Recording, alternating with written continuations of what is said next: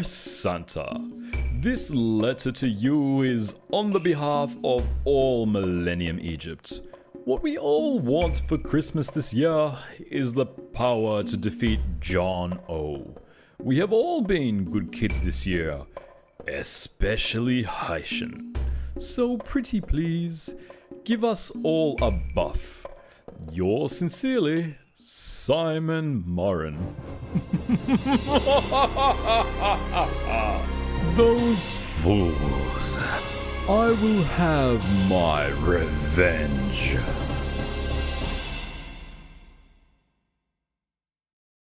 Hey everyone, Jono here. Happy holidays to you all.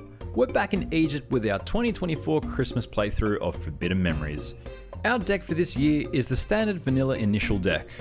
The RNG was friggin' amazing to us, giving us a dragon, a thunder, and a Raigeki. As you would have noticed from the title and intro of this video, we're not dealing with the vanilla ROM of this game. What does that mean? Ooh. Well, let's save our game and accidentally overwrite the save data for the entire reptile video. Well crap, this part was not scripted and I'm gonna have to do that one all over again. Anywho, exiting the shop, let's head up to Simon, who has just unwrapped his Christmas present from Santa. We start off with a very strong hand in turn 1. Having a beast and a pyro, we fuse it together to make Flame Cerberus. Gosh, it feels friggin' good to play this again normally. Moving the turn back to Simon, we notice something a bit different. He fused the card in hand. That's not normal AI behavior. On top of that, he's chosen the second Guardian Star, which is not weak to Mars. Already, we're dealing with a Simon that's on par with the later villagers and heck, maybe even Seto. It definitely looks like Santa has gifted the residents of Egypt something stronger than the snow around us this year. Oh boy.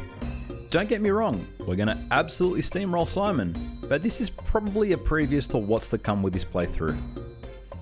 Passing the turn back to him, he's bricked, so we drop a Raigeki, the first one of this playthrough, attack 1 with Black Dragon Jungle King, and attack 2 with Flame Cerberus.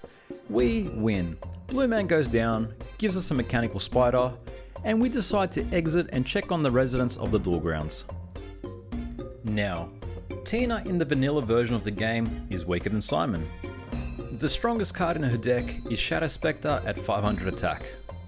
And she does not fuse in hand, only the monsters that are on her field. Drawing up our first hand, we are looking very healthy again. We're going to drop a Stone D on the field and pass the turn over to her and see what she does. Okay, she's fused something. A monster with a 2000 defense factor. Like Simon, she seems to be heavily boosted. Like with Simon, we're not worried. We have a very healthy early game deck, so let's go over what Santa has gifted our AI opponents in this mod of Forbidden Memories. In no particular order, opponents with a max hand fusion of 1, such as Simon, Teana and all the villagers, have all been buffed to allow for the use of their entire hand for fusions, which is what you've seen in these first 2 duels.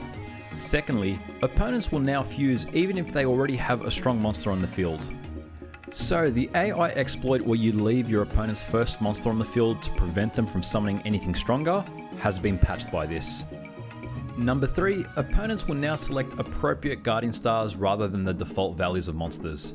You saw Simon do this with Gigatech Wolf to not get the Guardian Star loss against Flame Cerberus. I'll pause for now because we've just defeated Teana. Attacking with Hinotama Soul, she goes down, and she awards us an Uguchi.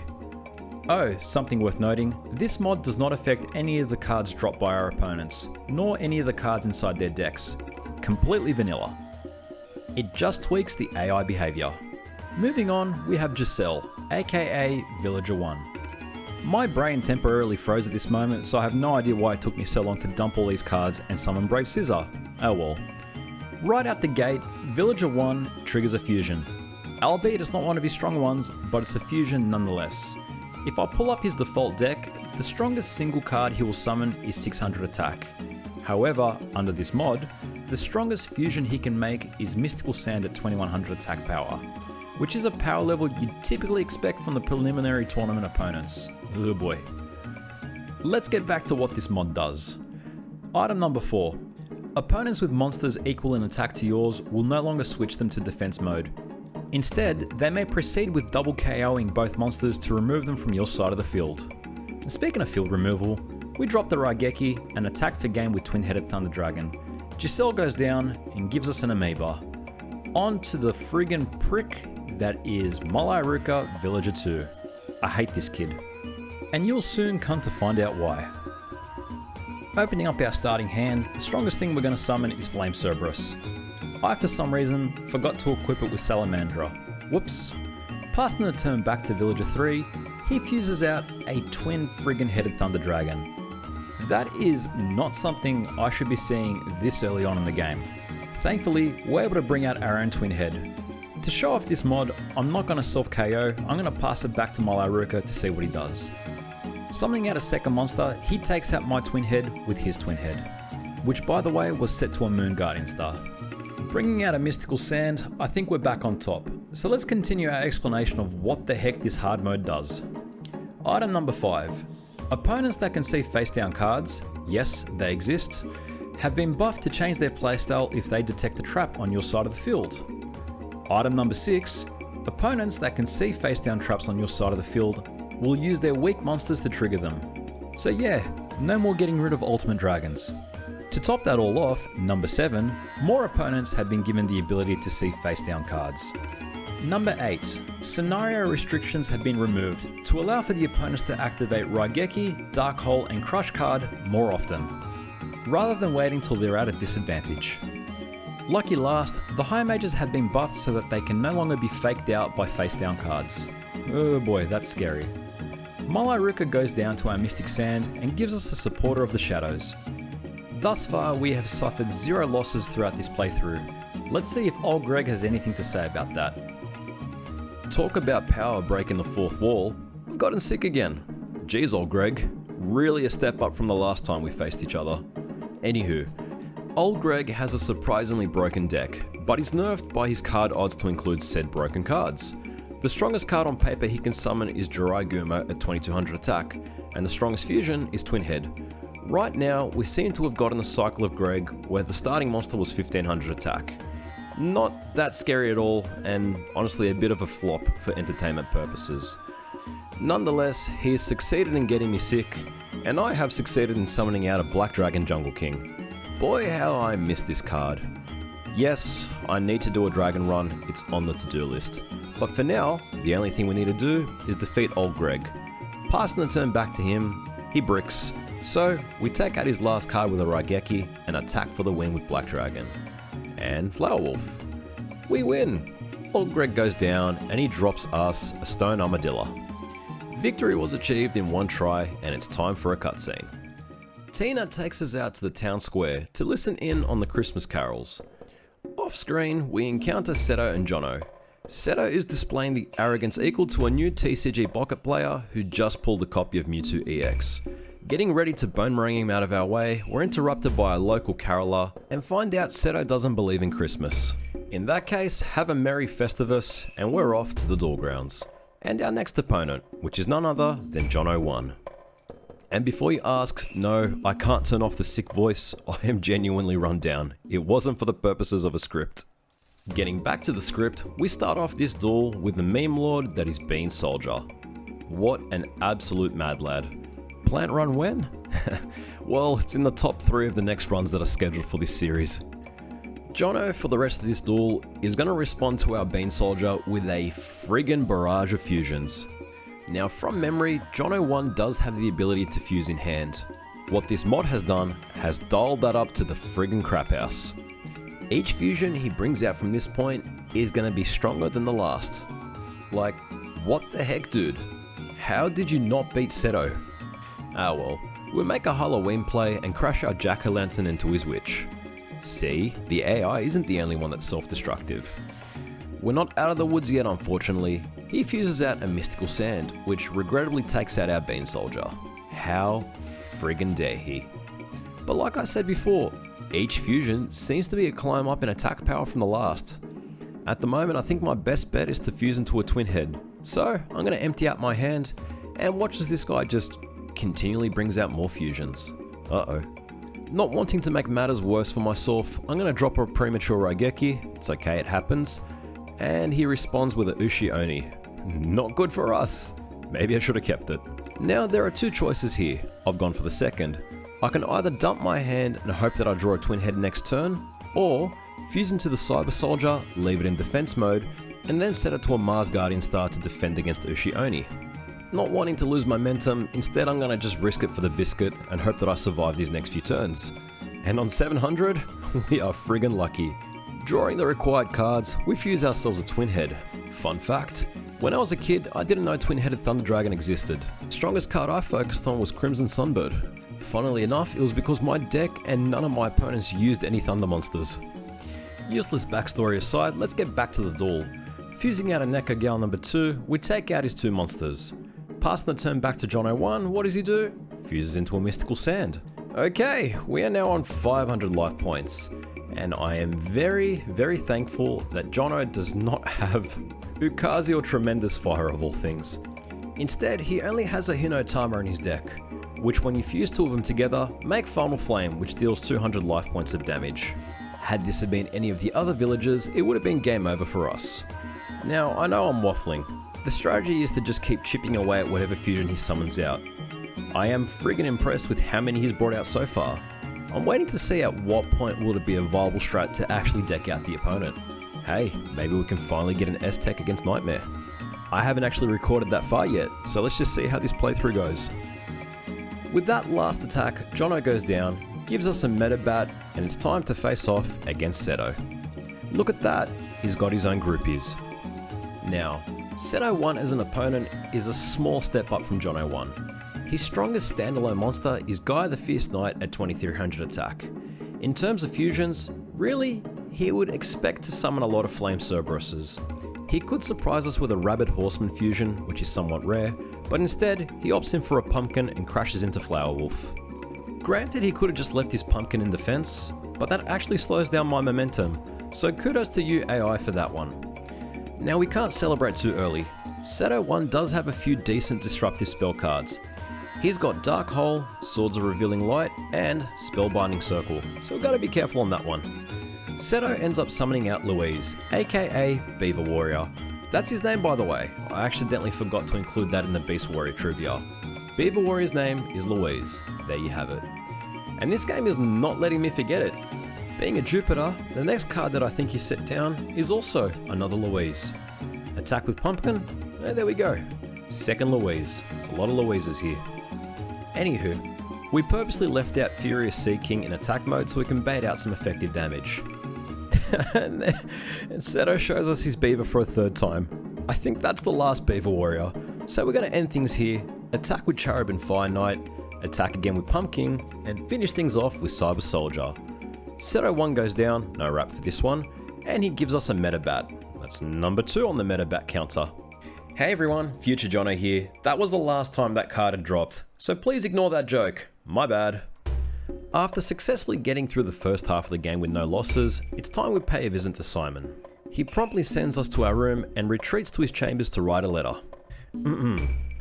Dear Santa, I think you misread my Christmas letter that I sent you. When I said I wanted power, I simply meant for the electricity to be fixed at the palace. Our Alexa has been offline for weeks. Before Simon could finish his letter, he hears rumbling outside and goes out to investigate. With the palace in shambles, Heishin presents himself and reveals that he's intercepted everyone's Christmas letters to Santa. Thus, he has committed mail theft, the vilest of federal offences, carrying penalties up to $250,000. Truly, he is a monster. Anywho, we exit our room and Fizdus gets captured and promptly murdered. That's not part of my crack house storyline, it's actually part of the canon story of the game. Don't ask me how she ended up in Falsebound Kingdom, that's a plot hole we'll save for another video. Progressing our dialogue with Seto, we eventually end up face to face with Heishin. Well, now is as good time as any to see just how stacked our late game opponents will be against us. I will say that our current deck isn't strong enough to beat Heishin, due to the only equipped card being Salamandra. I could go back and grind for more cards off Duelmaster K, but we'll save things for later in the run. Passing the turn to Heishin, right off the bat, he has one turn Megamorph the Skull Knight. Holy crap, we're done for. Either way, I'm hoping to dump my hand and see if I can pull the one lucky Raigeki in the deck. I did stuff up this fusion. The last card was meant to be Flame Cerberus. Oh well. On to turn 2, and Heishin summons out a heavy beater. With nothing left to defend myself, I send out the iconic 0 attack, 0 defense Dancing Elf. Seemingly intimidated, Heishin drops a friggin' Raigeki for the win and attacked me directly to put an end to this duel. Heishin definitely took that one personally. What the heck? This game is cruel. Oh well. Returning to the story, Simon attempts to beat the crap out of Heishin for ruining Christmas again. As fun as this is to watch, the puzzle must be smashed. Sid the Sloth will be proud of us for that explosion. Progressing the dialogue with Simon in the staircase dimension, we fade to white and return to the present. It's December time. YCS this year is being held at Anaheim, California. I wrote this part of the script in the past, so I don't actually know what the winning deck is. I'm just going to take a stab in the dark and say it's another Snake Eye deck. Now in terms of the rest of the gameplay, there's no need to grind at this stage. I feel that with the current deck we can make it at least, I don't know, up until Pegasus. We'll figure things out from there, but for now, it's time to face off against Rex Raptor. Rex's deck has a surprising amount of good monster cards. Though the strongest solo card he has is Urabi at 1500, he's capable of pulling out Twin-Headed Thunder Dragon. He has 3 Thunders in his deck and 2 Dragons, as well as a mix of zombies and plants just to add to the mix. Looking at turn 1, we've been outplayed. He put Cyber Soldier in a Mars Guardian Star and took out my Queen of Autumn Leaves. In retaliation, I'm going to fuse my own Cyber Soldier and let them fight each other to the death. Looking at the rest of Rex's deck, he has a Raised Body Heat as his main equip card, as well as the field spell Wasteland. As it sits right now, it's highly unlikely he's going to use them. Anywho, I'm going to let the rest of this duel play out as is, since there's a very burning question a lot of you are probably wanting to ask. How do we get another 2 copies of Raigeki? Well, it's simple, pratele. We simply need to S-Tech Shadi. Alternatively, we can S-Tech Seto, Seto 2, Seto 3, Heishin, and Heishin 2, or the Ocean Mage if we're feeling that way inclined. But Shadi is going to be the main target.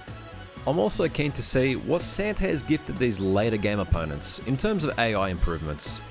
Who knows, maybe Shadi isn't as crap in this mod. Guess we'll have to wait and see.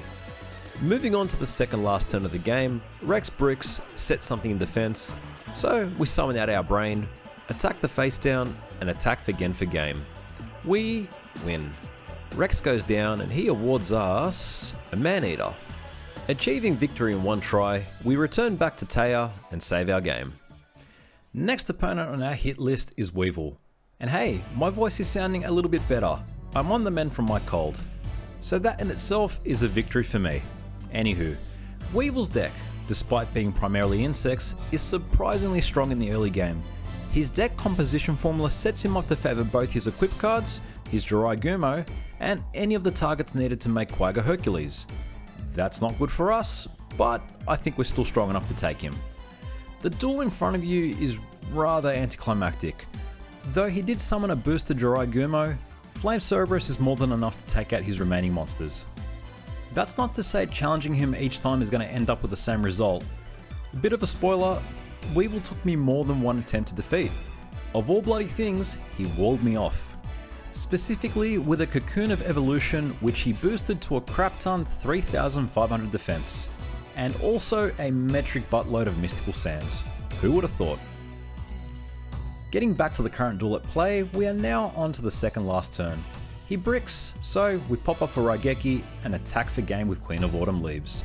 Weevil goes down and he drops us an Abyss Flower. We suffered 2 losses to Weevil. Oh boy. Let's hope Mai gives us a bit more better luck. Doing a quick analysis of her deck, her strongest single cards are Harpy's Pet Dragon and Dark Elf at 2000 attack apiece. Everything else in terms of other cards are mainly females and winged beasts. Her deck itself is also surprisingly balanced. It has access to every female equip card, and for disruption, she's got Harpy's Feather Duster, Spellbinding Circle, and Dark Hole. What a recipe for disaster right there. On the fusion front, ignoring Harpy's Pet Dragon, you're sitting between 2000 to 2300 attack if she pulls out a Crimson Sunbird. Looking at the current duel, we haven't gotten a tough RNG cycle. Everything seems to be single card wing beasts. If she does decide to change her playstyle and look to use the many equip cards in her deck, she can have about 4 at one time, which is 2000 attack and defense points worth of boosts.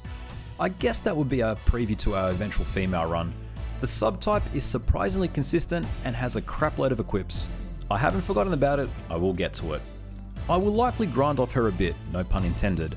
Her tech table gives us access to Spellbinding Circle, Feather Duster, and literally every female drop of equip card. She is a handy early game opponent if you're struggling to win some of the stronger cards. And speaking of strong cards, we have enough to make a twin-headed Thunder Dragon. Combining the attack power on the field, we are now down to the last 3 turns of the duel. Attacking once with twin-headed Thunder Dragon after a random lapse in judgment where I forgot how to play, I pass the turn back to Mai, who summons something in defense, which we immediately get rid of with a Raigeki. Attack with our twin head and we win. She goes down in one try and doesn't drop us anything worthwhile. I will gladly take this victory, because this is future Jono talking, and the difficulty of this run is gonna start to increase from this point. Because guess what? We're up against the Star-Spangled Sex Machine that is Banded Keith. Screw this guy right here. No pun intended. He cheats, which I guess is canonically expected. But let's hold that thought and look at his deck. In terms of monsters, the strongest single card he has is Zoa, and the strongest fusion he has is Metal Zoa. As for everything else, he has a variety of machines and females, but also has a few engines that can summon out twin-headed Thunder Dragon. Now, why does this guy cheat? Well, in my earlier attempts against him, every time I brought out something over 2000 attack, he somehow always found a way to drop a twin-headed Thunder Dragon just to counter it. A lore-accurate Banded Keith had I ever seen one. But anywho, getting back to the current duel, we seem to have the upper hand. The thing that can really undo us at this point is if he decides to summon out his own twin head and crash itself into mine. I have a very limited amount of dragons in the deck. I think in total I have 2. So usually it's game over for me if they happen to hit over the first one. I'm thankful with regards to Keith that he only has one equipped card, that being Machine Conversion Factory. Objectively, looking at Keith's deck and Mai's deck, Mai is actually stronger. Keith just happens to have the upper hand with access to Metal Zoa. I'm rambling if you couldn't tell, but that's okay. We attack Dice Armadillo with our twin head and attack for game with Mystical Sand. Keith goes down and this took us 3 attempts to beat. With him finally defeated, we have successfully made it out of the qualifiers. So you know what that means? That's right, it's time for a Shadi cutscene. Now, all together now. Shadi is a pushover of a duelist. If you lose to him, even on the hard mod, you suck at this game and you should end your playthrough right here, right now.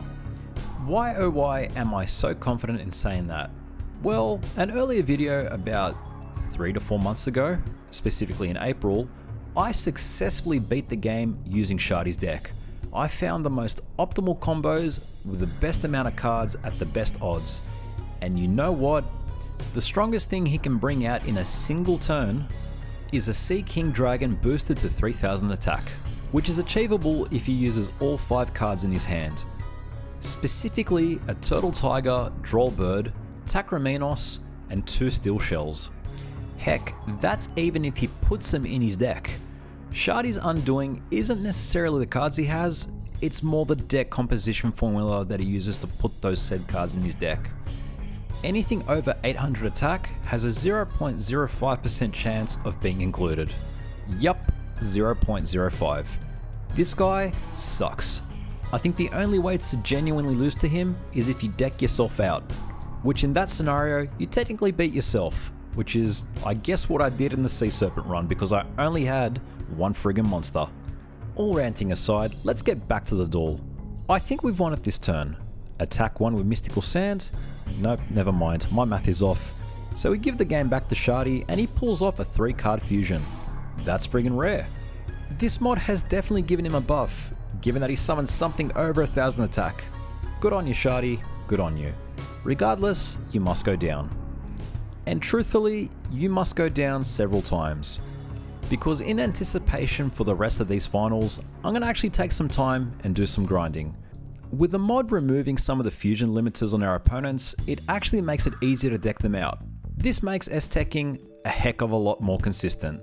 So, as we exit to free duel, we successfully win Invigoration, Beast Fangs, and, of course, Raigeki.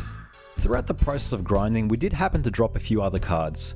The key things we slot in are the 2 dragons he drops, his 1 to 2 Thunder monsters, 3 copies of the Umi field spell, and anything else that is a minor upgrade from what we have in the deck.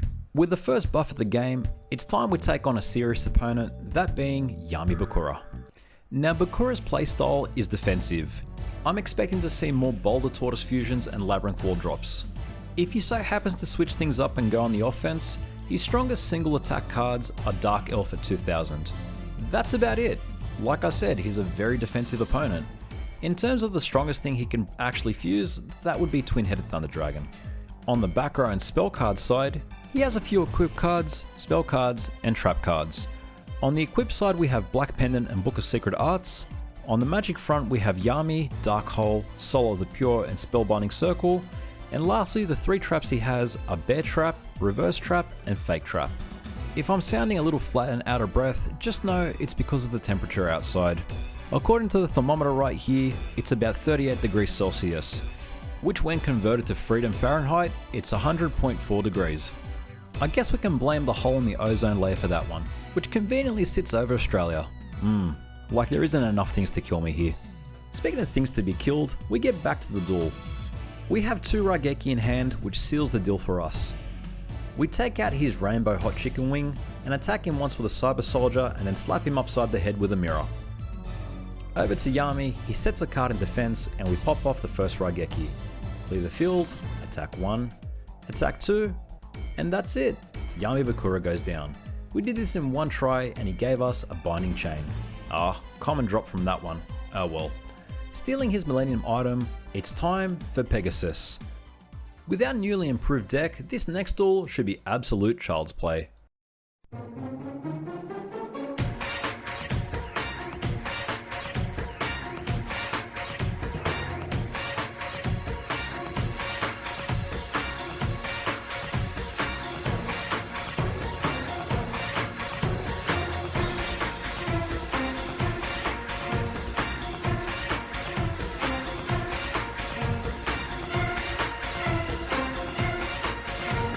After several hours of friggin' grinding later, this is what our deck looks like.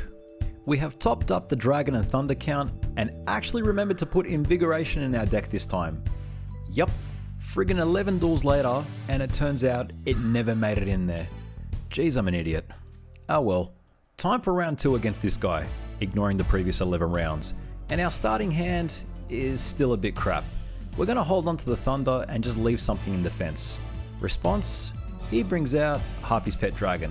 That is probably one of the better outcomes for us in terms of a starting hand. Now, as you could clearly see from the prior losses, this mod has given a freaking massive boost to Pegasus. On top of removing the fusion limiter, it's also granted him the ability to see face down cards. This means he's not going to walk into your traps and he's not going to be faked out by any of your face downs. It's technically a lore accurate Pegasus, but a massive improvement in terms of what Forbidden Memories gave to him. His deck is friggin' amazing, which goes to show how much of a difference removing the fusion limiter has on our opponents. But enough of that. We attack for game with Black Dragon Jungle King, and he finally goes down after we suffer 15 losses. Yep, 15 losses. Going into the Naomi Ishizu fight is not giving me much confidence. But honestly, it can't be worse than what I experienced just then. Naomi's deck is on par with High Mage Secmeton. She's just nerfed in that she doesn't start with a field spell. Her standalone strongest monsters are Black Skull Dragon, Twin-Headed Thunder Dragon, followed closely by Aqua Dragon. Her deck composition formula doesn't nerf these cards either. They all have very similar chances to be included. That's of course after the game allocates her Aqua monsters and her almost near certain Swords of Revealing Light. In terms of the fusions itself, they're geared towards bringing out Karyushin and Sea King Dragon. She has no thunders other than Twin-Headed Thunder Dragon itself. And on top of that, no real equip cards. Actually no equip cards at all. Overall, this mod doesn't give her that much of a buff, but that consistent Swords of Revealing Light is annoying nonetheless. Getting back to the duel, we fuse out another Twin-Headed Thunder Dragon and pass the game back to Naomi. There's nothing she can do, so we drop a Raigeki for the win, and attack 1 with Twin Head, and attack for game with the second. We win! She goes down and she drops us an Enchanting Mermaid. All this in 1 try. With Naomi out of the way, our next opponent is Kaiba. Or is it Seto? I don't know. For now, let's just call him Kaiba. Kaiba is an odd opponent. He has a normal amount of fusible monsters, which mainly target Crimson Sunbird, and he has a very low chance of pulling out a Twin Head if he decided to add the 2 Thunder monsters into his deck. Yes, he has Thunders in his deck, albeit only 2 of them. Kaiba's strongest standalone monster is Blue Eyes White Dragon, which is not as strong as Pegasus and Naomi, but is still decent for this point of the game. His back row has several disruptions, like Crush Card, Shatter Spell, and Dark Hole. The buff in this mod is that he won't wait until he's on the back foot to use them. Yep, similar behaviour to what you saw with Heishin, Raigeking away that 0 attack Dancing Elf. He will use them just to prove a point to you, if you happen to be on the back foot against him. In a vanilla playthrough, I found Pegasus to be more of a gatekeeper than Kaiba. But hey, that's just personal opinion. Getting back to the duel, we're on to our second last turn of the game. Summoning out literally anything, we attack once, attack twice, and lastly, attack for game for 600. We win. Kaiba goes down and he awards us a grappler. We did this in 1 try. After stealing Kaiba's rod, because that's what you do on Christmas, we have successfully collected all Millennium items. Combining them together, we throw them into the sky, which magically transports us back to the staircase dimension. Waving hi to Simon for one last time, we exit through the doors and make our way back to Egypt, and we didn't miss out on Christmas. Hooray! Back at the Shrine of Glory, to which the only thing glorious is its name, we make our way to the duel grounds. In other news, whilst we navigate to the arena, chat is currently attempting the final 6 on the YGO randomizer. When I say randomizer, I mean ultimate friggin' randomizer. Don't celebrate too early, they just wiped. And speaking of people that we are not going to wipe to, here's Jono second. Thanks to the new power given to him by Father Christmas, Jono's fusion limiters have been removed. Like with the first iteration of Jono, apparently Jono second has a limiter on the amount of cards he can fuse in his hand per turn. It's currently set to 2, which is a bit low for a late game opponent. So, what the mod does, it has removed that, so he can fuse up to 3 cards in his hand instead of the 2. Happy days there. And what does he choose to do? Summon out of Vermilion Sparrow and be overall pathetic for the remainder of this duel. Ah well. When you look at his deck formula, he actually hasn't got anything strong to summon. The beefiest thing he can bring out is Thousand Dragon. The second beefiest thing is Red Eyes Black Dragon. Both have 2400 attack and neither can take advantage of the 2 equipped cards he has in his deck. Landing the final attack, he goes down. Jono drops us a Kagemusha of the Blue Flame, which we have absolutely no use for, and we achieve victory in 1 try. On to Teana second, we gotta make sure we don't forget to duel her, otherwise you're potentially locked out. I'm expecting this one to be quick. Teana second's deck is full of fairies. Fairies don't fuse with anything other than some unique monster fusions with Wing Egg Elf. Instead, when you lower the fusion limiter for Teana 2, it means that she will actually end up using the 3 equipped cards she has in her deck. Those being Silver Bow and Arrow, Wing Trumpeter, and Malevolent Nuzzler, like you saw on the door just then. The silliest thing I can see in her deck is that she carries the field spell Yami. Yami lowers all fairies by 500 attack, something that is actually detrimental to everything she owns. Gotta love these starting opponents, seriously. Anywho, we're on to the second last turn of the game. Teana uses her only elf to bring out a mystical elf, and we pop a Raigeki for the win, and attack for game with the resident Twin Head. Teana 2 goes down and she awards us an Uguchi. After bidding adieu to our 2 friends, it's time we exit the duel grounds and progress the story as per normal. We catch up with Sadin. We inform him of the power that Santa has granted to all of the duelists across Egypt. We then remember that he isn't a duelist.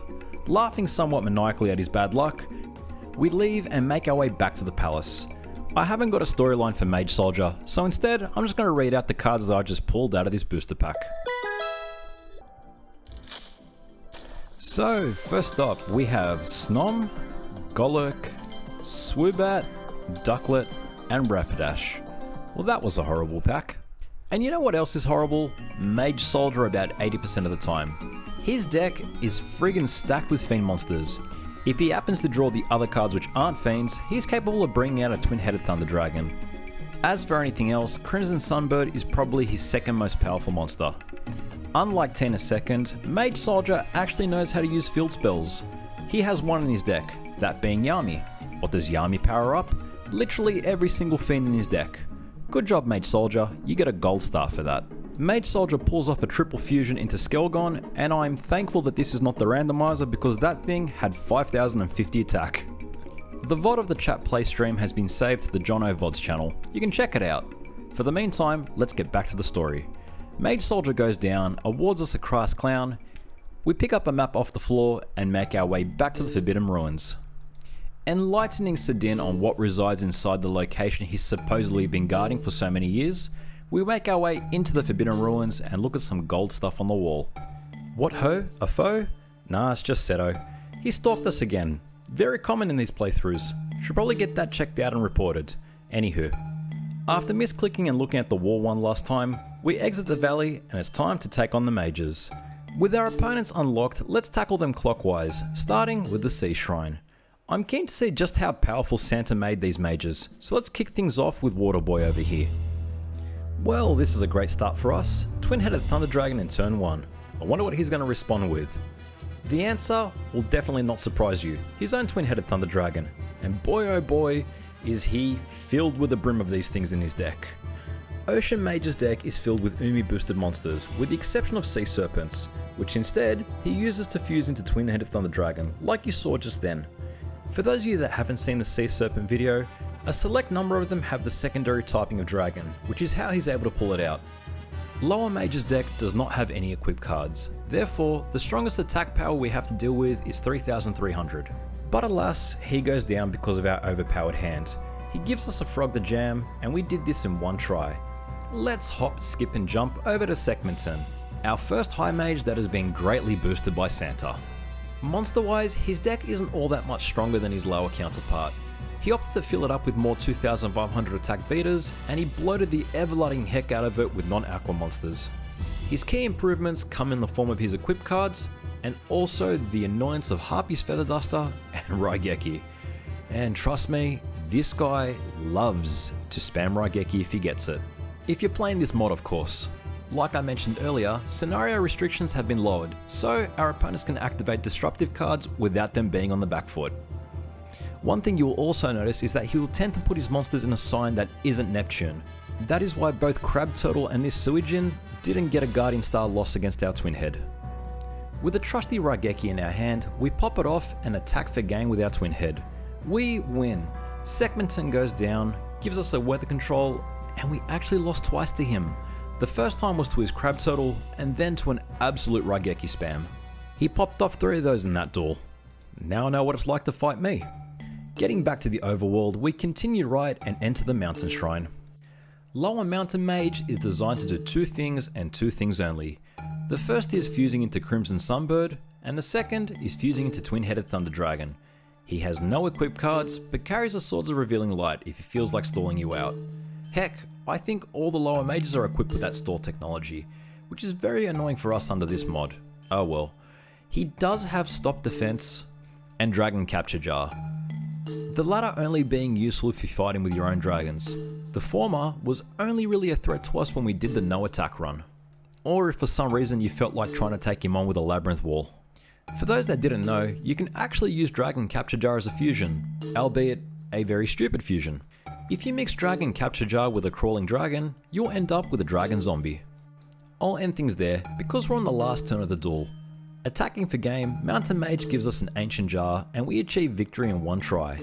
On to Atenza, and frick me, this will be annoying. Vanilla Atenza is a big enough threat as it is, having access to both Meteor Black Dragon and Black Soul Dragon, which both get boosted to close to 4000 attack on this field. Under this mod, he also has access to a metric buttload of equip cards, which means there is a good chance we might be dealing with something as strong as an Ultimate Dragon. Alternatively, he could just take the middle finger route. He has Shadow Spell, Raigeki, Harpy's Feather Duster, and Swords of Revealing Light. Speaking of Raigekis, he uses them often. Alternatively, he is smart enough to fuse Raigeki with an Elegant Egotist to make an Invigoration to power up his Thunder Dragon. I am not fully across the spell card fusions, but man did that catch me on the back foot when I saw it. I guess that was a spoiler. We did not beat Atenza in one try. More on that later. For now, it seems that he's top decking some of the weaker monsters. Unless he wipes our field a few more times, I think we have this duel in the bag. Taking out his Mikazuki no Yaiba, he does the thing I didn't want him to do. Raigeki my field. Ugh. Thankfully, we have another twin head, so it's back to where we were before. I forgot how much that card trivializes this game. It's a shame really, you miss out on a lot of other good types if you just focus on the thunder monsters, which is pretty much the inspiration as to why I started this series. I just wanted to figure out if other types were actually viable. But enough for now. Atenza goes down and we lost to him 3 times. The first was to a stupidly overpowered twin head, the second was to a Black Skull Dragon, and the last was to a powered up Sanga with a bricked hand. There's that invigoration fusion I told you about. Saving our game and coming back, we continue our momentum clockwise and head on over to the Meadow Shrine. Normally I would stop and challenge Seto too, but I'll do that later to save myself one additional press of the right button. Santa has turned the lower Meadow Mage into an absolute fusing machine. Unfortunately, the strongest card he can pull out even with fusions is Judgeman at 2700 attack. Santa has upped his intelligence in such a way that he will leave his defensive monsters as a Uranus star, which counter any of my Pluto twin heads. As for his heavy beaters like Judgeman, he'll switch them over to the second Guardian star, which is Sun, to counter any of the Moon twin headed Thunder Dragons I bring out. So no matter what I chuck on the field, he'll have a counter for it. Coincidence? I think not. Santa really likes the Meadow Mage. To be fair, don't we all? How many times has Meteor Black Dragon saved our bacon when trying to beat this game? Absolutely 0 for me. I haven't done the Dragon Run. But for any of my vanilla playthroughs, didn't help me either. Didn't know that this guy dropped it when I was a kid. It was really only when I returned to this game in the later parts of my life. Anywho, enough reminiscing. Meadow goes down, gives us a Jinzo 7, and victory was achieved in 1 try. On to High Mage Kepura. On paper, you would think that Santa has buffed this guy to the ever-loving crap house, given that he has a Black Skull Dragon and a Gate Guardian in his deck. But in reality, however, this mod hasn't really changed him too much, since his deck mainly only has 2 card combos, which is basically in line with his default fusion limit. In terms of starting play, the main play you're going to see this guy make is to buff something with Sword of Dark Destruction. The 2 options are Wall Shadow or Gate Guardian. I actually ran this duel in free mode a couple of times and he didn't do anything groundbreaking. So thankfully, for the purposes of this playthrough, we only need to navigate his Wall Shadow given that he hasn't top decked a Gate Guardian yet. Uncertain if I mentioned this earlier, but the AI opponents no longer grey out their cards. I'm programmed to think that that face down is a trap, but it's not. If he was going to use one, it'd be Fake Trap or Invisible Wire. More than likely, it's just another equip card. Smacking him with our 4 heads, that's Twin-Headed Thunder Dragon plus Twin-Headed Thunder Dragon, he summons out something and we just drop a Raigeki and attack for game. Kepura anticlimactically goes down and we achieve victory in 1 try. To be honest, I was kind of expecting more, but his deck simply doesn't allow for it. Speaking of things that are not allowed, we exit stage right and head to the duel grounds and find out that Teana's been kidnapped. Well, kidnapping is an assumption. She could have left voluntarily to be someone's present. We'll never know. What we do know, however, is that we need to get through the Labyrinth Mage in order to find out. Now, Traceface over here didn't get that big of a buff from Santa, though you probably wouldn't have noticed it from the Gate friggin' Guardian he dropped on us on turn 1. Frick me. My typical vanilla experience with Labyrinth Mage is that he'd either summon the Gate Guardian pieces or go play defensive monsters. If he went the defensive route, his go-to play would be to fuse out a Boulder Tortoise, if he hasn't drawn into his walls of course. Since I have the upper hand, you probably will see him do it this duel. Looking at the remainder of his deck formula, he is one of the very few opponents that carries Reverse Trap, so you need to be careful before you start popping Invigorations like they were Skittles. Same colours to be fair. I wonder what it tastes like. I heard rainbows are spicy. Anywho, aside from his Reverse Trap, he does carry Acid Trap Hole and Fake Trap. Acid Trap Hole really isn't that much of a problem at this point of the game, given that he's summoning things that tend to be stronger than 3000 attack. The other cards he has are Stainstorm, Curse Breaker, and Stop Defense. I have never seen an opponent use Stainstorm against me, even during the machine run. So the only thing we need to look out for is Stop Defense if we're on the back foot. But enough of that. Attacking his fused Boulder Tortoise, we attack for game with Kaminari Kozu. We win, Labyrinth Mage goes down, and it took me 4 tries to get over him. The bloke just kept summoning Gate Guardians on me, no matter how many I Raigeki'd away. Getting back to things, Labyrinth Mage disappears like a Pac-Man ghost, leaving us free to navigate the maze and reach Seto. After having stolen all of the Christmas letters, Heishin has shifted his focus onto stealing people. Dude, have you thought this through at all? Keeping a person is a lot of responsibility. You have to feed them and give them lots of mental enrichment. Have you never played Animal Crossing? Look at how many pointless missions those villagers have to keep inventing for their pet protagonist not to get bored. Friggin' amateur. Anywho, here's Seto. Seto is a continuous source of inspiration. Google that South Park episode, children, if you don't know the reference. Seto technically has no equip cards. I say technically because Santa has given him the ability to fuse all 3 of those Dianketos in his deck into a Megamorph. Megamorph pair very nicely with his Gate Guardian and Black Skull Dragon. They also pair very nicely with giving you a hard friggin' time as the player. Now, I was expecting Seto to show off his multiple fusions and his general buffs to his monsters, but he's far too busy throwing lightning at me like a Lolo possessed Crunch Bandicoot. By the way, since it's taken me so long to make this video, YCS Anaheim has concluded. The winner, of all people, was Triff, using a Fiendsmith Ryzil deck. Guess my initial guess of Snake Eyes was wrong. Only took half a year to make that happen. Good job, Konami. I shouldn't be too sarcastic about it. I heard they're bringing out support for Dragon Rulers. I miss those things. They were awesome. Enough of that, let's get back to the duel. And we are now on to the last 2 turns of the game. Summoning out another twin-headed Thunder Dragon.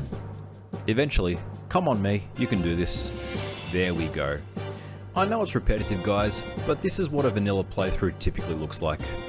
Finally on to the last turn of the game, we fuse ourselves up another twin-headed Thunder Dragon and attack his face down. That's basically game for us. Hooray, we win. Given the amount of spells and fusions, this is probably going to be a D rank of some sort. We got a D rank in Kage Ningen. Seto 2 went down first try, and we finally say goodbye to this place and make our way back to the duel grounds. Given the struggle I had against the Labyrinth Mage, I should probably spend some time grinding for some better cards. However, the next 2 shrines that we're up against should be objectively easier than the previous, unless Anubisius turns out to be cracked up as hell. But in order to find that out, we first need to get past his lower mage. Good old Santa Claus was not that kind to the low forest mage. He barely gave him anything to buff on the count of how rigid his deck is. Honestly, the most threatening thing he probably can do is set his monsters to a sign that is anything other than Jupiter. Congrats on walling off the Pyro monsters. I, on the other hand, am running a twin head deck. The only counter he has is setting Jirai Gumo to a Uranus Guardian sign, and even then, all I have to do is switch twin head to Moon. Either that or give it an equip card. The duel is over before we know it. Low Forest Mage goes down, and he awards us with a Kagemusha of the Blue Flame. Victory was achieved in 1 try, no surprise there, and we head on to Anubisius. High Mage Anubisius has a stack of equips, and also a stack of Pocket Station insects.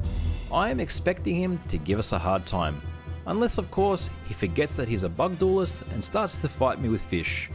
What the hell is this? Well, I guess it does get a field spell boost, but it completely goes against the spirit of what he is as a High Mage. Oh well. Egyptian Piedmon realizes that he's stuffed up.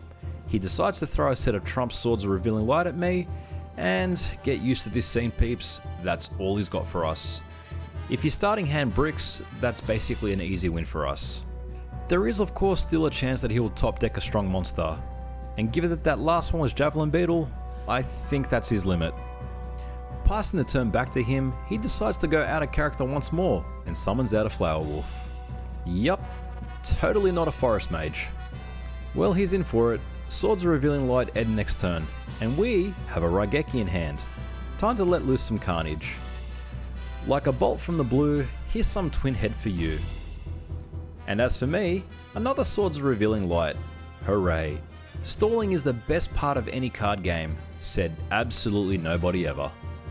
Now I could sit there churning through my hand to get my next Raigeki, but given that I've already used 2 of them up, there is a good chance that I'm probably more likely to deck out, if old mate over here decides to drop another Swords of Revealing Light. I'll dump a few and see how we go, but I don't want to take too many chances. I only have about 17 cards left. But thankfully, the second Swords of Revealing Light end this turn. And what a great turn to end on. We make another Twin-Headed Thunder Dragon. At this point, I should probably start a counter for how many times I'm going to say that card's name. Dispatching Mothra, we attack for game, and Anubisius goes down. We win! He gives us a Blackland Fire Dragon, which can actually go into our deck, and we achieve victory first try. We are now on to the strongest shrine of the playthrough, and that's the Desert Shrine. If you couldn't tell, that was friggin' sarcasm. These guys are useless. Dinosaurs do not fuse with themselves. Zombies really only fuse in set situations or with other plant monsters. You've got rocks, but sadly, Lower Desert Mage does not have any females to bring out Mystical Sand. So yeah, under this mod, you are actually weaker than some of the opponents in the World Tournament. Santa does not like the desert. This reminds me of a Christmas carol we used to sing in school. It went something like this. Oh, if Santa was an Aussie, he would have to wear a cosy to cope with the hot Australian night. He would ride a Subaru from here to Darney-Doo and ride across the great Australian bight. The presents he would bring would be tied up in a string and tucked in his trusty roo pouch. And all by the sea he would wave from his sleigh and sing him Merry Christmas, little c***. I can't remember whether that last bit was the actual lyrics or not. Comment below if I was right. Anywho, I'm rambling a bit this duel. It's just to fill up the wasted turns from Swords of Revealing Light. So yeah, enjoy the next 7 or 8 duels where I get to do this again, because it turns out a lot of friggin' opponents have that card. They just don't seem to use it as often in vanilla. With the swords fading away, we are finally on to the last turn of the duel. Fusing into a Mystical Sand, we wipe out the rest of the monsters. Hope we don't screw up. There we go. Congrats Jono, you've mathed correctly. Attack the game with Hologra, exactly 1100, and Desert Mage goes down. Awards us a Megarius Light, and we did this in one try. No need for hoorays, that was easy. Let's head over to Martis. You are not going to see much of a change in Martis. His deck is strangely chock full of fiend monsters, about an equal ratio to them as he has rocks, spellcasters, but not zombies. He has less of those for some reason. His key buff from Santa is in his ability to use equip cards properly. Ooh. He actually has the right mix of them in his deck. His equips are Violet Crystal for zombies, Invigoration for rocks, and Raised Body Heat for dinosaurs. He has nothing for his fiends and spellcasters, which is expected, you know, because he is a Desert Mage. I can't give him crap for having weak signature monsters. Forbidden Memory simply doesn't have any good offensive cards for those types. Mystical Sand is the strongest rock, Great Mammoth of Goldfine is the strongest zombie, and Brachioratus is the strongest dinosaur, all capping off at around 2200 attack. I guess the purpose of Martis is to show you how the Wasteland field works. That's about it. We are now on to the last turn of the duel. Powering up a Kaminari Kozu, we attack the face down with our Twin Head, and attack for game with Tristan Jr. We win. Martis goes down after one attempt and he awards us an Eat Gaboon. Hooray, we have defeated all the mages. Now that they're out of the way, we're ready to challenge the final 6. I feel this deck definitely needs an upgrade. But I'm stubborn, so I decide to try it out anyway. We have enough equip cards to hit over a Blue Eyes Ultimate Dragon, so how bad could it be?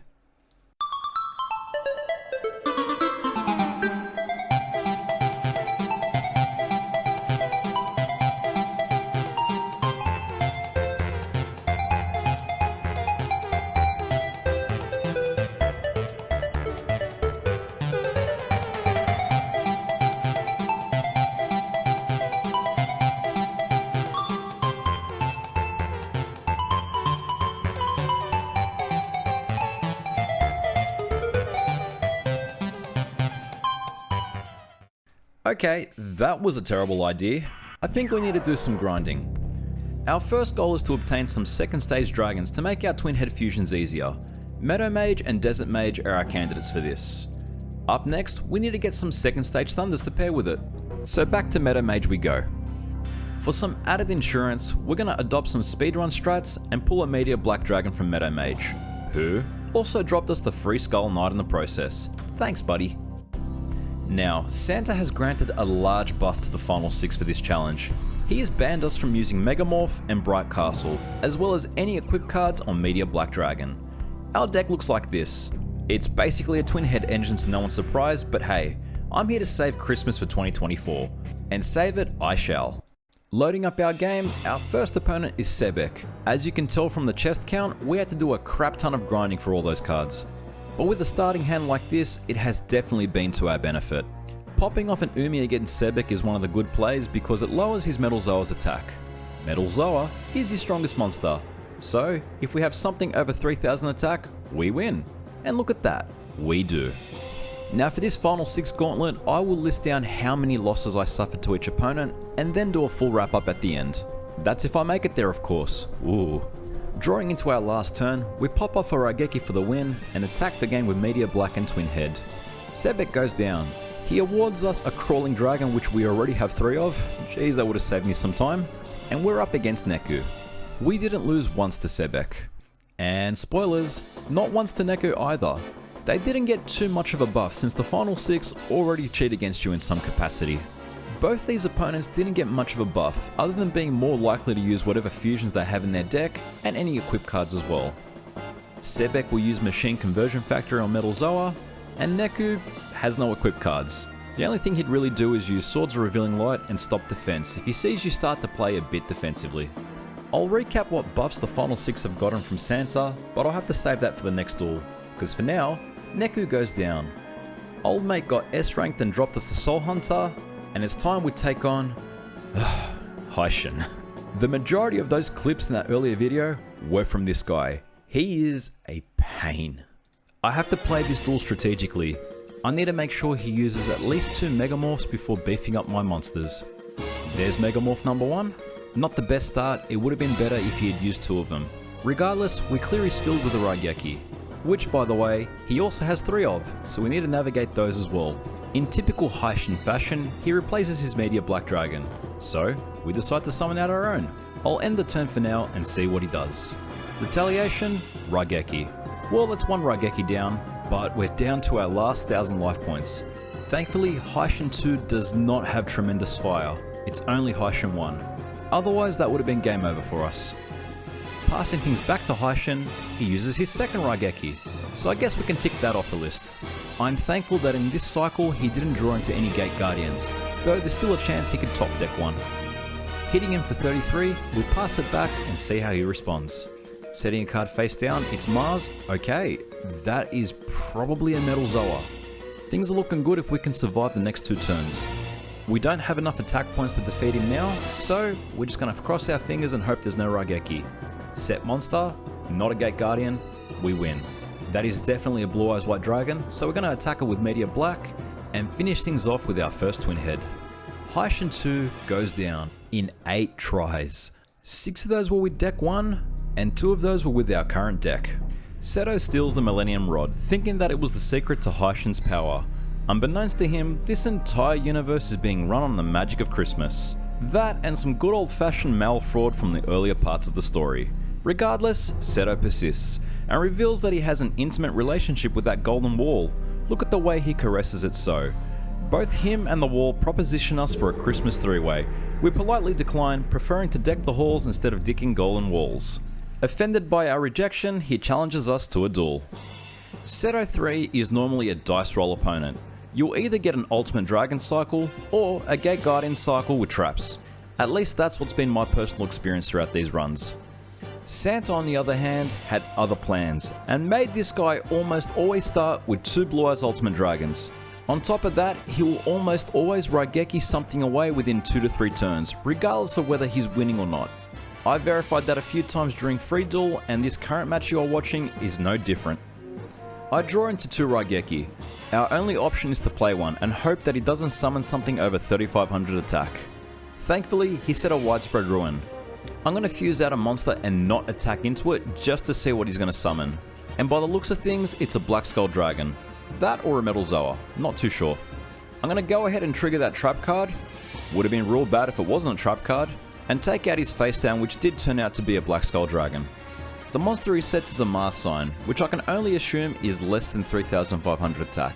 For safety, we beef ourselves up to 4300 and Seto responds with a Raigeki. Well, that's one Raigeki down, let's bring out another Twin Head. It will likely get taken out the next turn, but regardless, hitting him for 28 is one step closer to beating him. Seto summons out a Metal Zoa and takes out our Twin Head, but thankfully we draw into 2 Meteor Black Dragons. Unless he top decks a Gate Guardian or his other Ultimate Dragon, I think we win this one. Getting onto the second last turn of the game, he summons nothing, he bricked. Clearing away his field, we attack for game with Meteor Black Dragon, and Seto 3 goes down, all whilst only losing to him one time. Defeated in a duel, Heishin swoops in and puts Seto in a chokehold. Being completely fed up with the Christmas spirit, he points a knife at us and demands that we hand over the Millennium items. Putting the items in the sarcophagus, he attempts to power himself up with the festive spirit of Kwanzaa. Unfortunately, Heishin doesn't speak Swahili, so he summoned out DarkNite instead. A very pissed off DarkNite. What the hell did he say? Don't worry everyone, I happen to have a Swahili phrasebook. Wasichana, najua unajisikia vizuri sana bahari hapa Jussasa. Lakini, ikiwa ungeniriruhusu tuniagize bakulu la samaki wa kukangana, sote tunaweza kuwa na ndui kesho, asubuhi. Oh, he speaks English. Well, that was a waste of time. Let's grab a vine and swing in time and jump straight into the next duel. DarkNite is the opponent that I was actually worried most about when entering the final 6. His deck is a nightmare, no pun intended. Let's just take a look at his monsters. His strongest card is Meteor Black Dragon at 3500 attack, followed by Black Skull Dragon, which he just powered up just then, Blue Eyes White Dragon, and Cosmo Queen. He has no Thunders to make Twin-Headed Thunder Dragon. Instead, he'll focus on bringing out more Meteor Black Dragons by fusing his Red Eyes with his Meteor Dragon. Monsters alone, he's about as strong as High Mage Atenza. The spell and traps, on the other hand, are what make him such a pain in the ass to defeat. He has 19 different spells and traps available to him in his deck. All of them have equal odds of being included. For board wipes, he has Raigeki, Crush Card, and Harpy's Feather Duster. For disruption, he has Swords Revealing Light and Shadow Spell. Hate those two things. In the trap department, you're going to deal with Widespread Ruin, Reverse Trap, Goblin Fan, and Bad Reaction to Samochi. Reverse Trap is the most problematic in my opinion. If you happen to navigate around that, he only carries about 1.5 equip cards. The only equip card being Megamorph and Dianketa the Cure Master, which fuses into Megamorph, making up the other half. If you plan to stall, he'll use Stop Defense on you. And if your life points are low enough, you will 100% be hit with a Tremendous Fire, like you saw in my no attack run. Filling in the rest of the space in his spell department is a copy of every field spell, though I've never actually seen him use it. The best strategy for going into the DarkNite duel is to stock up on Harpy's Feather Dusters to clear away his back row. Did I do that? Absolutely not. I think there was only one single type challenge run where I actually did that. It's just not in my playstyle, it slows down the momentum. So instead, I'm going to try everything in the tiny little power that I have to trigger all of them individually. Widespread Ruin and Reverse Trap are the only two I need to get rid of. But we have a slight problem. Looking at the rest of the cards in my deck, there are only 10 left. I've thus far cleared away 3 Reverse Traps and 1 Widespread Ruin. From this point, I'm going to switch out to be completely offensive. If Meteor Black Dragon goes down to a trap, I have enough equip cards to have Meteor Dragon survive a hit from Cosmo Queen. Of course there's a Raigeki, why wouldn't there be? I haven't been counting those. Risking it once more, we're going to power up our Twin Head and attack directly. There was no Widespread Ruin. We've got this. Oh, there's a Shadow Spell. Oh, we don't got this. Frick me. Oh boy. We only have 2 cards left, so we're putting all our faith in this lone Meteor Black Dragon. Back over to us. We fire off a Raigeki for the win and attack for game with Meteor Black Dragon. DarkNite goes down. Finally. This was our first attempt at him and we came out victorious. So, only one thing left to do. Take on Nightmare. With the Christmas spirit fading away, Nightmare has been reduced to be very close to what he was in the vanilla playthrough of this game.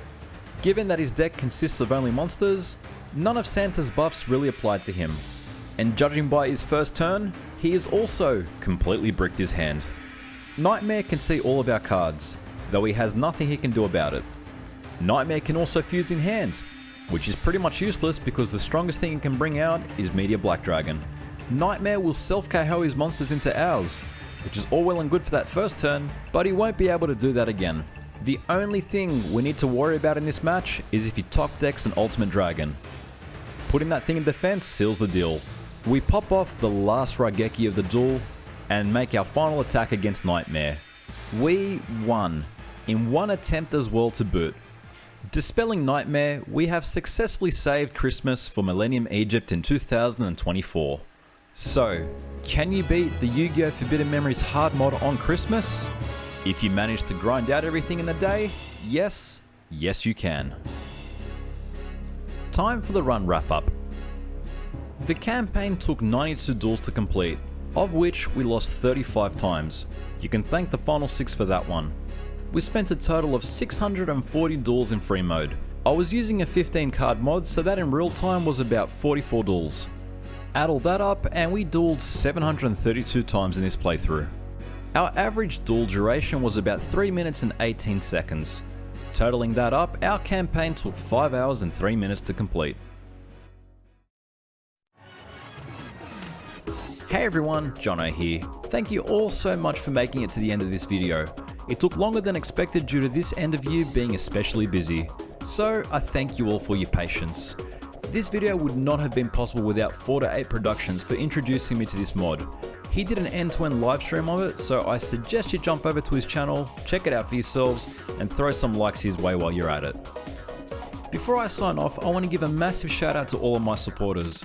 On YouTube, a massive thank you goes out to Kalut731, Frankie7350, and LilyLaser666. You peeps are awesome.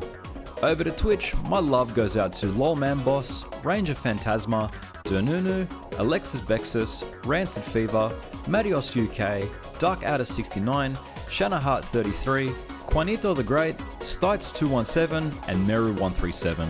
All of you are friggin' awesome. This will be my last challenge run video of the year. Things will be looking to kick back up in February 2025, after a much needed vacation. So, for the meantime, be sure to subscribe to both the YouTube and Twitch and hit that bell icon to stay notified of my next releases. And as always, stay awesome people. Hope you all draw a Raigeki for the win, have yourselves a Merry Christmas and a Happy Holiday, and I'll be seeing you all again next year.